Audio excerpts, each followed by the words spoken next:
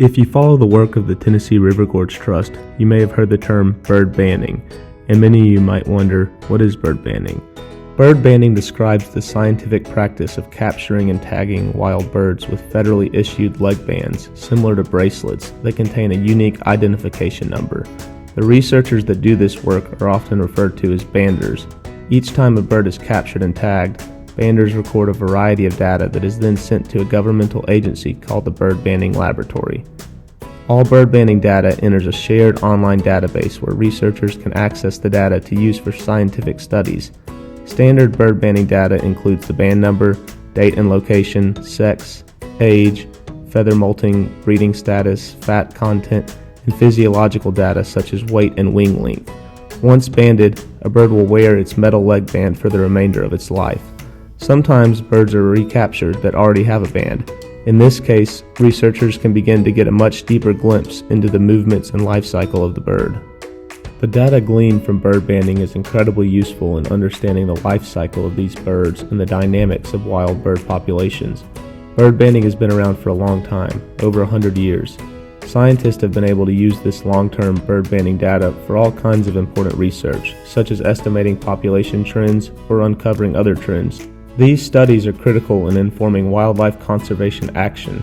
Many bird conservation policies and decisions were informed in one way or another by data retrieved through bird banding.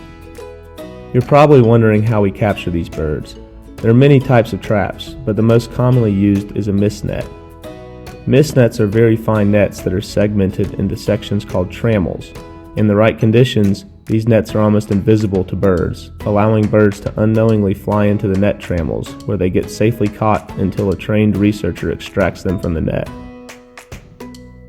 Only trained personnel are permitted to capture and band these wild birds. Both a state and federal permit is required for this practice. The main priority during bird banding operations is the health and safety of the birds.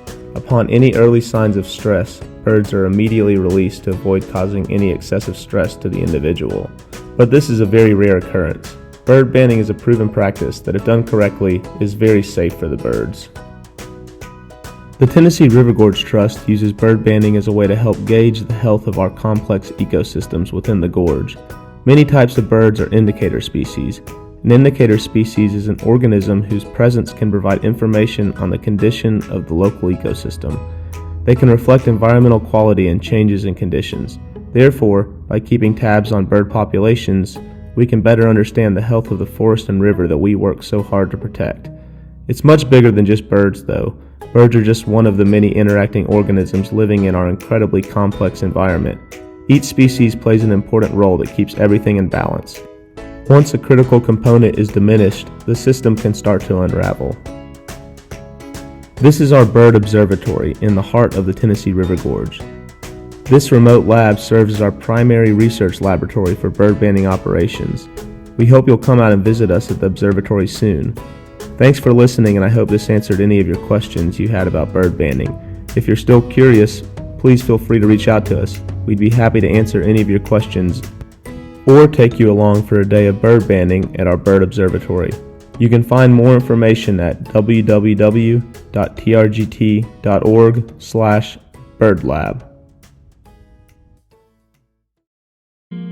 The Tennessee River Gorge Trust is devoted to preserving the Tennessee River Gorge as a natural sanctuary for our community today and for generations to come. They accomplish this goal through land protection, education, community engagement, and good land stewardship practices. To learn more about the Tennessee River Gorge, please visit the website at trgt.org.